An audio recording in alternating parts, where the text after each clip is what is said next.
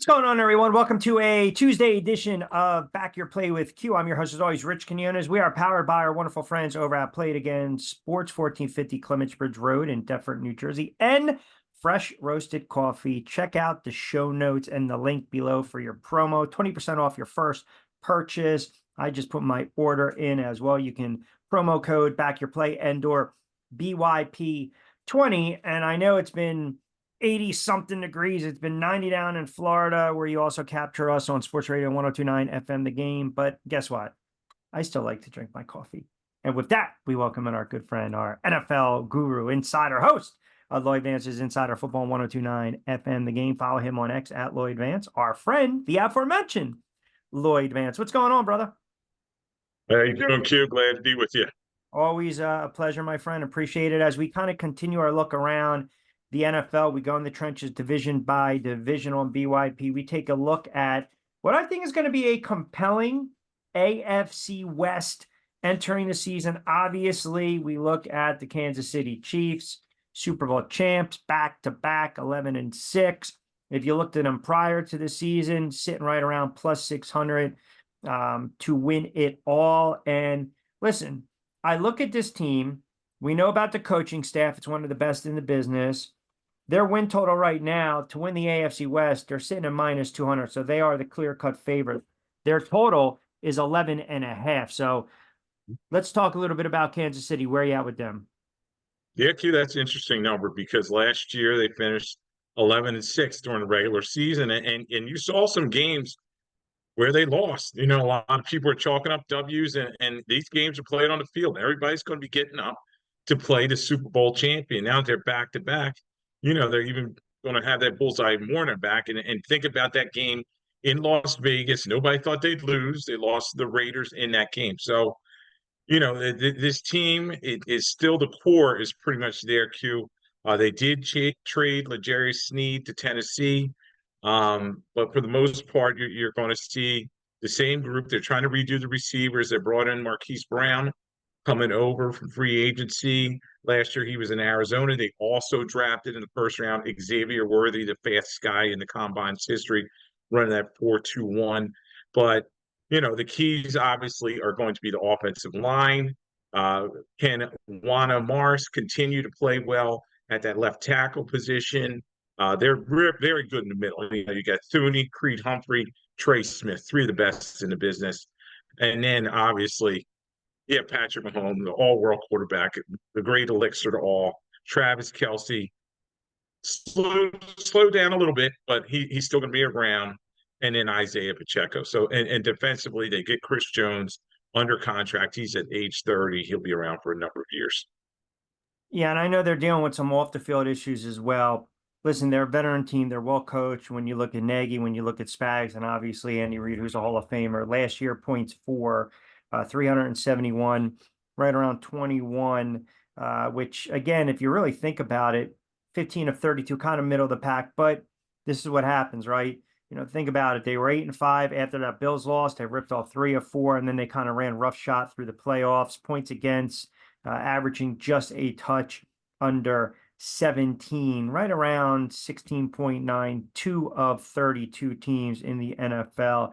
I believe that they'll get to their 10, 11, 12. I think they'll have things relatively locked up early. You mentioned that loss to Christmas Day to the Raiders. And let's move to the Raiders because, Lloyd, let's be honest, right? The Raiders were able to run the football all over. That was kind of the game where the Raiders brass turned around and said, okay, we can buy into now Antonio Pierce. They finished 8-9. They had McDaniels. He was 3-5. They got rid of him over the last 9. Pierce comes in 5-4. But this is a team that I look on paper, you know, we're talking about the weapons, we're talking about the quarterback position, and as it stands right now, to win a division for the Las Vegas Raiders, plus 1,000. Denver has the worst odds. And then you look at their win total, over 6.5. So minus 144, under 6.5, plus 118. Odds makers think they take a little bit of a step back after winning 8 last year with an interim head coach in Pierce. It's going to be an interesting team, man. They're probably going to be right around that number. Obviously, as you said, Q 8-9 last year in division 4-2. and they finished kind of strong with Yep. Antonio Pierce 3-2 in their last 5 games. Clearly, McDaniels just was not the guy, and you saw Pierce galvanize this locker room. The players wanted him. They do have playmakers, Devontae Adams still there, Jacoby Myers. And then I really like what they did at tight end position. They're bringing in Brock Bowers, one of the best young tight ends coming out of the draft. It obviously got to see this quarterback position. Is Aiden O'Connell starter? Really not in my opinion. Then you have Gardner Minshew at the bullpen. He's still there. And then you have Alexander Madison coming over at the running back position. How much does he have left? Can he replace Josh Jacobs?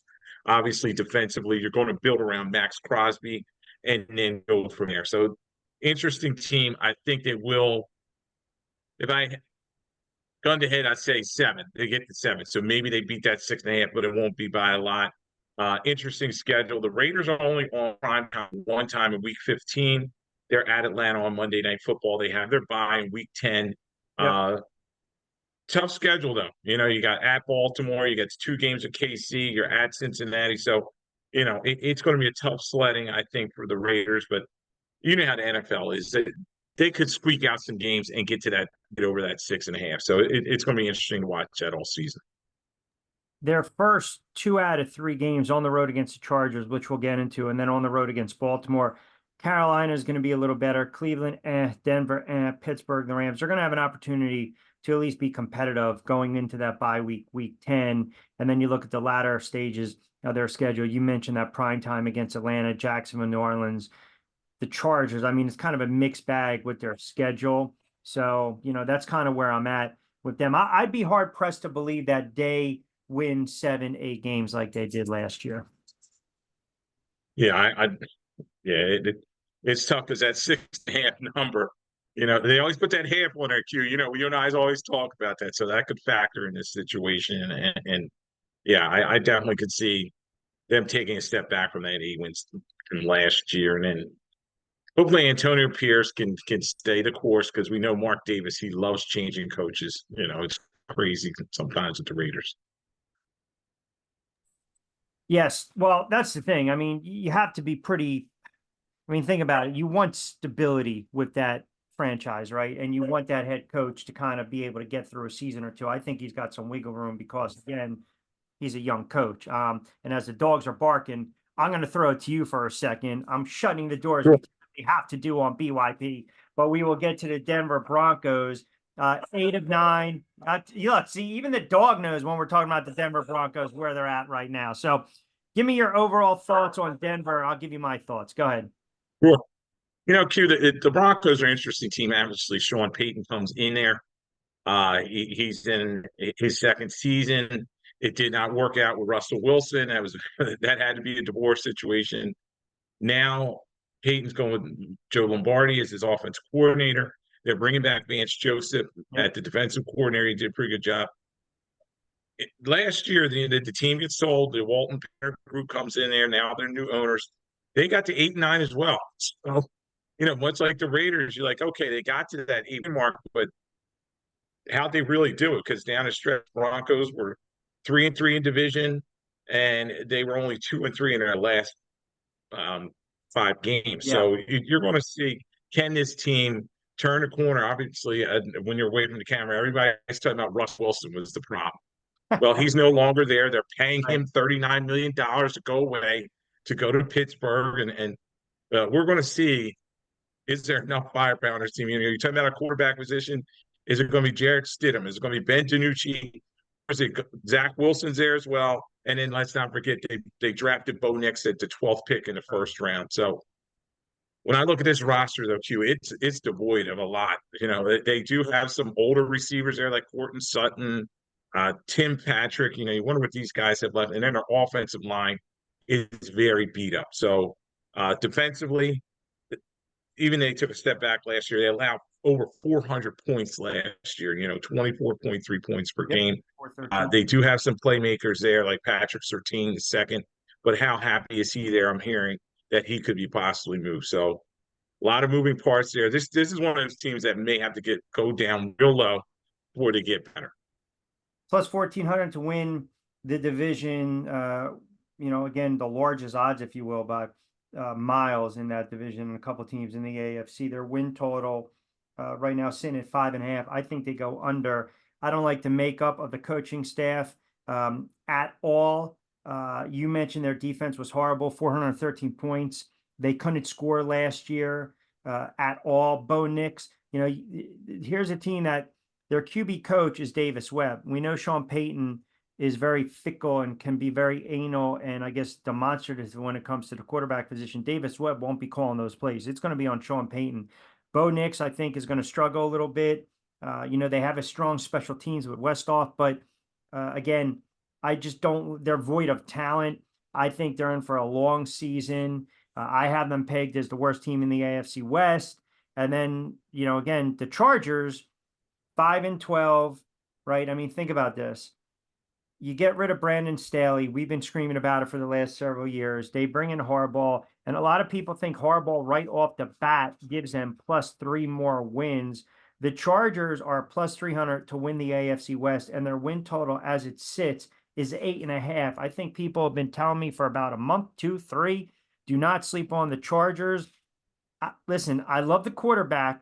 You know that. But it's just, they're almost they have talent, but they can never really put it all together. It's almost as like all those years you watch San Diego Padres in baseball. They're up and down. They got wall-to-wall sluggers, 25, 30 home runs, guys that are going to drive in 100, good pitching. But yet when they get to the playoffs, they falter or they burn out late. That's kind of where I see the Chargers.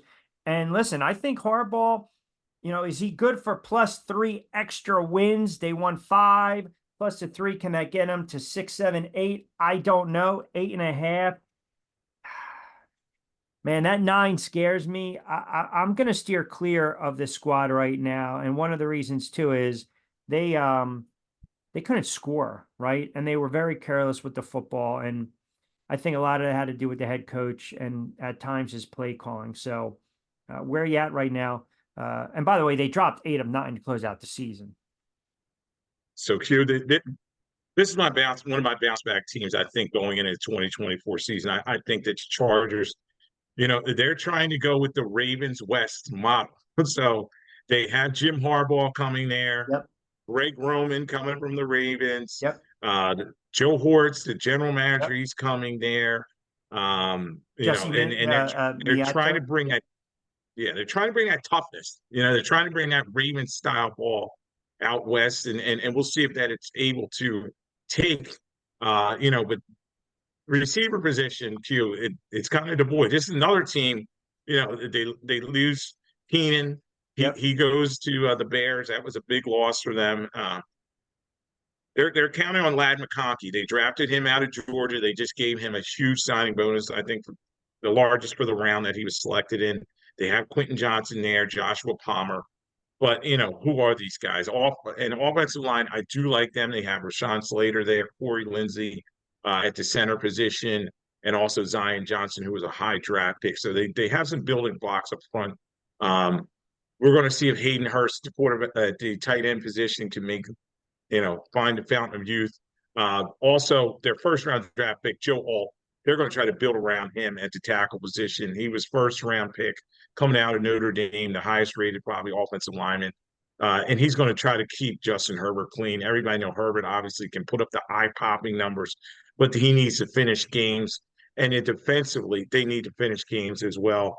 Defensively, a lot of names there. Still Joey Bosa, Asante Samuel Jr., and then they have a couple other guys there as well. So a lot of building blocks for his team, but nowhere to go but up. Another one that they allowed more than they scored last year. So they allowed 398, which is 23.4 points per game, but they only scored 346, only about 20 points per game. Correct.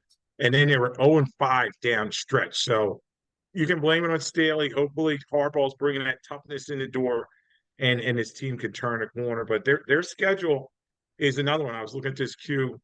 They have an early bye in week 5.